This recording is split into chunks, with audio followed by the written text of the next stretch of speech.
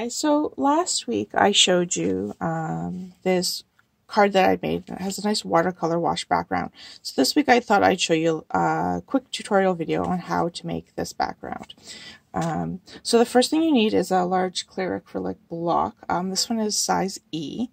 And then we're going to use the Stampin Write markers. So these are great because they have a brush tip on one end. And a writing tip on the other, so you can actually color coordinate your notes inside your cards.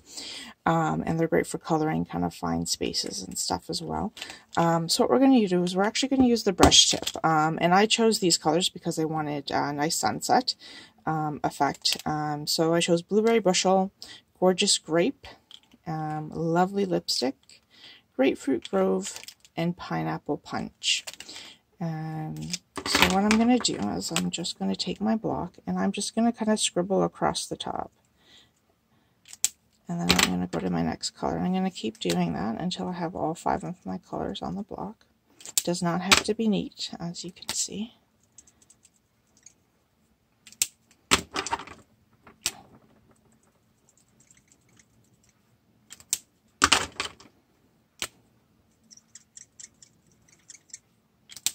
And then I'm going to use my Stampin' Spritzer and just spritz a little bit of water on the block. You don't want it to be too much because then it'll run everywhere.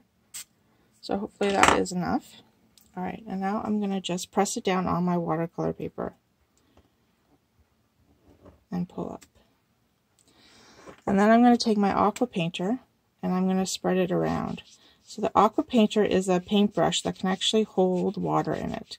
And I'm just going to keep moving down my page and blending my colors together. So you can use this aqua painter like a regular paintbrush, or you can also put the water inside of it. So right now I have a little bit of water inside of it, but I also like to use it like a regular brush and just dip it in water. Okay, and there you go. So that is pretty much it. Now all you have to do is let it dry. So you have your nice sunset. You can let this air dry, or you can use a heat tool and just run it across your paper.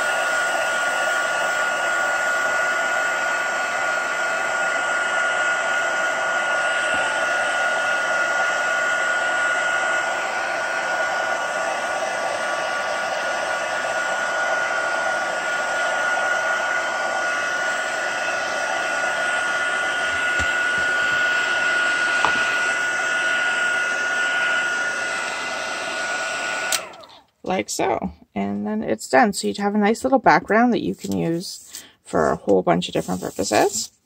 You can stamp on it, cut it up, trim it. You can use it just like this, stick a sentiment on it, stick that on the front of your card. But this is how I made the watercolor wash that was on this card that I showed you guys yesterday.